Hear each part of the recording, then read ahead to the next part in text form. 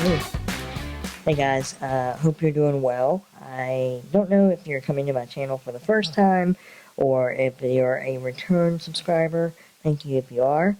But I today got a whim that I want to start creating some new content. And I was thinking to myself, how can I come at this from an angle where it's unique? And one thing that's definitely unique about me is my dwarfism. So, some people may or may not know that are watching this that I actually have a very rare form of dwarfism called kinese dysplasia. So, with kinese dysplasia, there's actually a few different symptoms that most people have, which led doctors to diagnose me with the dysplasia. They call it dysplasia. And so, one is the depressed nasal bridge. So, if you can kind of see here, my nose is a little bit, bridge rather, is a little bit smaller than most people. So there is a disproportionate short trunk, short stature. So I have shorter arms and legs while maintaining a typical trunk. My trunk is kind of barreled around my chest area. So while it's kind of the same size as a normal person, it is a little bit differently shaped. So, but my head and organs and things like that are all typical. Um, and there's a few other things that typically come with kinesis dysplasia when earlier in life, like a cleft palate. That is something I was actually born with. Not sure if I can get a good enough angle here, but if you can see there, I actually had pretty major surgery when I was about 2 months old to repair the cleft palate. And if you're not familiar with a cleft palate, it's essentially where you have an opening between the roof of your mouth to your nasal cavity up above, and so it's not closed properly. In my case, mine was more internal. In some others' cases, that palate can be more of a lip um, kind of thing, where you may see an incision on someone who has gone through that procedure on the outside. That's not something that I really had to deal with. So I don't really have a scar on the outside, but I can definitely tell on the inside. And so when I was born, they actually had to feed me through a tube for the first 2 months of my life because I couldn't eat on my own. And I'm very fortunate to have a forward-thinking father in the late 80s when I was born, before the internet, before um, things were readily available at our fingertips to do the research. And coincidentally, happened to be a doctor here in my home state of North Carolina at UNC. He was actually a burn doctor, and he did the procedure based on what my dad's told me. And he had to, I don't know if it was the same day or a day after, but it opened back up, and it really scared my parents. And so they actually had to go back in and repair for a second time the cleft, and they were successful that second time. So, anyway, that's a little bit about kind of what I was born with. As far as my day to day life these days, pretty normal. I have a job, I have a house, I'm married, I've never had any siblings, and so I kind of focus was always kind of on me, which for my special needs, if you will, were kind of nice, but I wouldn't have minded having a sibling, but I actually didn't mind being an only child either. Um, my wife and I were both from North Carolina. My wife's name is Cassie. I'm sure you'll see her in some later videos. And we actually recently adopted two dogs. I'm going to try to display them up here on the screen somewhere. Our first dog we adopted a couple months ago, his name is Lucky. And we recently adopted another pup named Rocky. So we're really enjoying having them. They're both Chihuahua mixes, so it's a little bit easier for me to handle, and so they're not so huge. But there's plenty of little people I know that have bigger dogs. But for me, I just kind of drawn toward the smaller ones. I wanted to make this series of episodes on this channel starting with just questions from my friends and family, and as it gets hopefully more popular, other comments and places from social media. I use Twitter. I use Instagram. You can follow me in the link description below, and you can ask me questions there. But I did get a few to start off with, and I know as time goes on, there's going to be more and more information that we can kind of handle and see where this evolves. I may use this channel too, as I have in the past, to do some reviews. I'm a huge tech buff and particularly Apple fan. I used to work for Apple, and I've always continued to have a huge affinity for Apple and their brand and the company, what they stand for, that kind of thing. And I'm also a big fan of Disney. So not just the property that they come out with, but in both cases, with Apple and Disney, I love following the company and the news and rumors and operationally how they do things, because those are two behemoth companies that I feel truly focus on customer experience. And as someone who has to consider special needs when I travel, and or when I'm using technology, that level of detail is always crucial for me. And being someone who's been in a customer experience driven role, different roles throughout my career, that's something that I know is kind of, I guess, how to critique, if you will, or how to see. I know how to spot things when things are doing well or when they're not doing so well. So those are two companies that I really feel hit the nail on the head when it comes to those things. So I'm going to kick it off with our first question. For now, these are anonymous. As we go on to other episodes, they may become uh, not anonymous, and I may actually put different people up on the screen from where they came from. But the first question I've received is, what would you like the world to know about dwarfism? And then a second question tacked onto that, what are some common misconceptions about dwarfism? So, what will I like the world to know about dwarfism? Well, dwarfism comes in many different shapes and sizes. There's actually, from what I understand, there are more little people or dwarfs. Either name is fine, and there are more of those in the world than people using wheelchairs. There's over 200 kinds of dwarfism. The most common type is called achondroplasia. If you're familiar with shows on TLC like Little People Big World or Seven Little Johnsons or The Little Couple, I'm actually friends with Amber and Trent from Seven Little Johnsons, and Trent has a common type as well as their son Jonah, and I think their daughter Elizabeth. They all have achondroplasia, and so that is the most common type. Um, Different types of dwarfism or dysplasia, if you will, have different effects on the body. Um, some are longer limbed, some are shorter limbed, some have shorter digits. I have fairly typical digit sizes. My hands are about the same size as my wife, who's average size. And there's just all kinds of different things that affect so many different types of dysplasia. And my particular type of dysplasia is called kinase dysplasia, and it only affects 1 in 1 million births. So it's a rather rare form. I've only met a handful of other kinase dysplasia people in my life, and but yeah, it's something that is very interesting. So those are the main things I like for people to know, and I also like to know, I like people to know. It's kind of one of the old intros to Little People Big World. They talk about how we're, we being little people, are pretty much the same. We just do things in a different way a lot of times, and so I'd like for people to know that I can do most things. I just might do it a little bit differently than most people.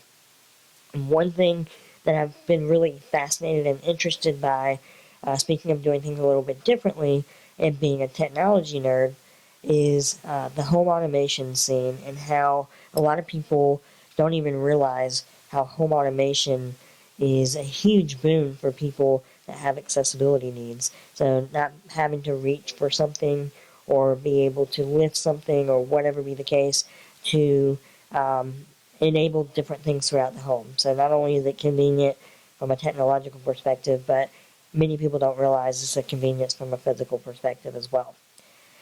Common misconceptions about dwarfism. Second part of the question. Common misconceptions are that we are treated as kids sometimes when we go into stores or we're at restaurants. And so, first of all, we're not kids. Well, not all of us are kids. And the assumption that all little people are the same. There's just like human beings. There's different people, little people that have different needs and different abilities. And while I might not be able to run a marathon, I've seen and heard of other little people that can. So there's just all kinds of different, things that are out there that really people get wrong. But there's a lot of people out there who have an open mind, especially in today's world. And, those misconceptions are really being torn down with social media and with shows like the ones I mentioned before on TLC. And I think that something that I've been excited to see is that there is talent coming out of the little people community. That doesn't exploit the physicality of being a little person, but rather they are praised for their actual talents. One really good example of that is Peter Dinklage with Game of Thrones. He got the role, yes, because he was a little person, but the role didn't focus on him being a little person, and I think a lot of what people liked about that character, Tyrion, on Game of Thrones, wasn't that he was a little person. That wasn't the reason people focused on him. They focused on him because of his great acting ability. And yeah, there were some things that were related to his height and stature throughout the storylines, but I really loved seeing a character that was on, at the time, the most popular show in the world, be a dwarf and not have not being put in a box, if you will. So those are things I'm glad to see changing in our society, and I hope, things continue to do so. When did your parents first find out you had dwarfism? How far along was your mother? So I actually did some math on this. I was born in late October, and my dad, I remember him telling me at some point they found out that I had dwarfism on his birthday. I did the math, and my mom would have been 29 weeks along. Now, from what I understand, they can tell a little bit sooner these days. I know that World, which my wife and I do watch, Zach and Tori, they're in a similar relationship to Cassie and I, where Tori, his wife, is average size, and Zach, he is a achondroplasia dwarf, and they have one son, and they are going through the process in this season that they're currently airing, having their daughter now. In reality, they've already had their daughter, and both of their children have achondroplasia. And if I recall correctly, they can find out somewhere around 23 weeks. It's hard to judge what kind of dwarfism someone might have when they're still in the womb. But they can basically tell a lot of types of dwarfism have large heads. A lot of dwarves, that's a kind of a universal thing of disproportionate head sizes to the body. So that's usually a key indicator. It's just something that I do believe. I don't know if it's they can do a blood test these days or not, but for me, it was back in the late 80s, so it was, my mom was, I don't know, 8, 9, like 7, 8 months along before they found out, so. Are there other dwarves in your family? No, I'm actually the only one. And I'm kind of a genealogy nerd as well. And I've traced my family all the way back to the 1600s. And granted, there's not a lot of records about stature, more so about race and where you lived and that kind of thing, but not really about height so much. So, to my knowledge, based on the research that I've done, I'm the only one. And you might ask, what were my, at the second part of this question, what were my chances of becoming a dwarf based on your genetic makeup? Well, in my particular case, my dwarfism was a genetic mutation. I'm literally a mutant. Yes, take that, X-Men. And so, with uh, when I was able to see a doctor, Dr. Kopitz, Dr. Stephen Kopitz, God rest his soul, he was an incredible, world renowned specialist for little people. And he sadly passed away in 2002. I know that Jen from The Little Couple, she actually had him as a doctor as well. And he specialized in all kinds of dwarfism. And we were actually supposed to see him when I was 3 years old. And on the way, he had a practice in Maryland. And on the way up there, I guess it would have been 1990 or 91, we got into a car accident. And unfortunately, everyone was fine, but unfortunately, it kind of belabored that visit. So I actually didn't end up seeing him until I was 10, so 7 years later. When I did see him in the late 90s, um, he the intricacy of the detail that he went into and the level of expertise that he brought to the table was unmatched at the time. And so, uh, in all honesty, I had a lot of probably we'll save it for another episode, but I had a lot of surgeries growing up, and one thing that he was able to do was know what surgeries I needed, and fortunately was able to perform them at the time. I mean, if I hadn't gotten to see him when I did, I wouldn't have been able to a short 4 years later. So he actually ended up developing a brain tumor, which was cancerous, and that's how he passed away.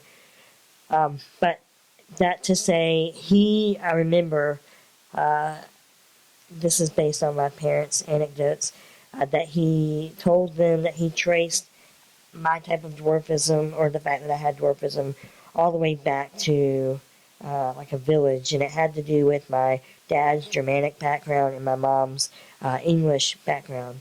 And so they just both were, I guess, not really carriers, but what they brought to the table, the gene mutated, and here I am. So while I am the only one in my family, I know a few others. I don't actually interact with other little people very often, but you know, it's just it's it's actually kind of odd because I'm just used to being the only one around. But I'd like to make some more little people friends. So if you are around the North Carolina area, reach out to me and we can get up. Um, does being a dwarf give you any magical powers? No, it's not. But there is a parenthetical statement on this question that says, or advantages over bigger people. Now, the answer to that is yes, it does. There's lots of times where being shorter is just as much of an advantage as it is a disadvantage, if you will.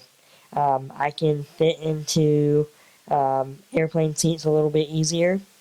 I can. I'm trying to think of all the different things I can do. Um,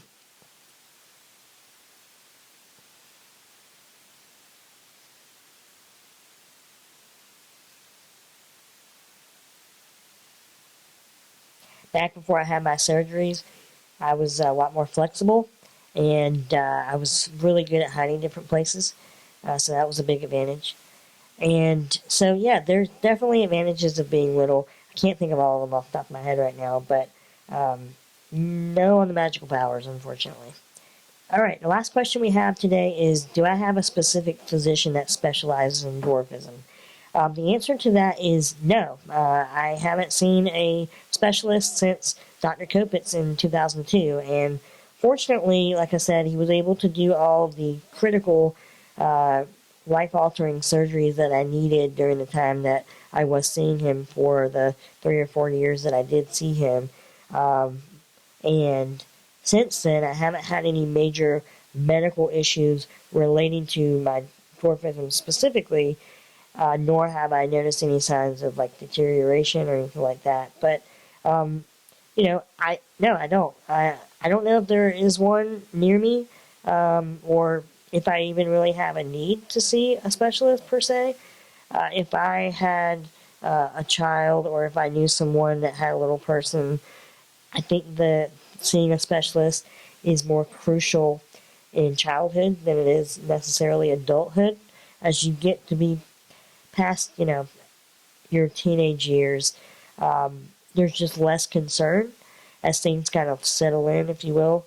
And most of the concerns relating to dwarfism have more to do with bone structure, developing joint kind of issues, spinal related things. I had scoliosis, pretty severe scoliosis. That was also something that was addressed with a brace that I used to wear, that Dr. Kopitz had me wear. So right now, I don't. So if you know someone in the area and they're kind of close to North Carolina, feel free to send me information. I'd be kind of curious to see if there's any reason why I might need to, but I don't currently. Thank you guys for joining me on this first episode of Ask Will. Continue to send your questions in the form below. I'm going to put the link in the description. And hit me up on Instagram, Twitter, comment, like, subscribe. Appreciate it. And there's more to come. Thanks.